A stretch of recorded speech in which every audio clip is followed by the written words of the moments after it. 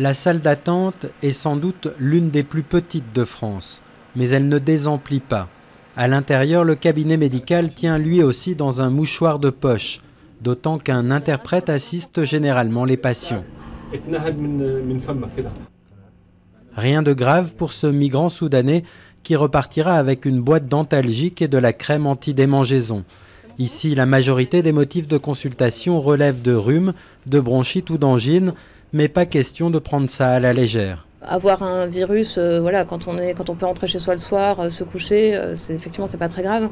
Mais avoir même juste mal à la gorge ou le nez qui coule quand on est dans la rue, c'est pas marrant à gérer, quoi. C'est quand même des conditions qui fait que même une petite maladie est quand même pas si anodine que ça, quoi.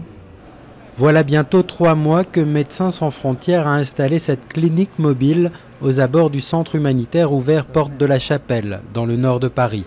Dans cette camionnette médicale recyclée de la jungle de Calais, on accueille 5 après-midi par semaine les migrants qui ne trouvent nulle part où se faire soigner.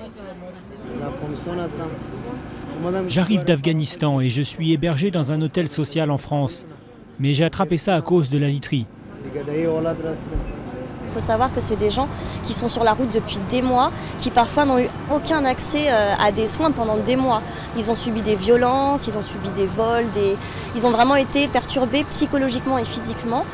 À raison de 25 consultations par jour, MSF a déjà vu quelques 600 patients et s'est aperçu que près d'un tiers d'entre eux revenaient les voir.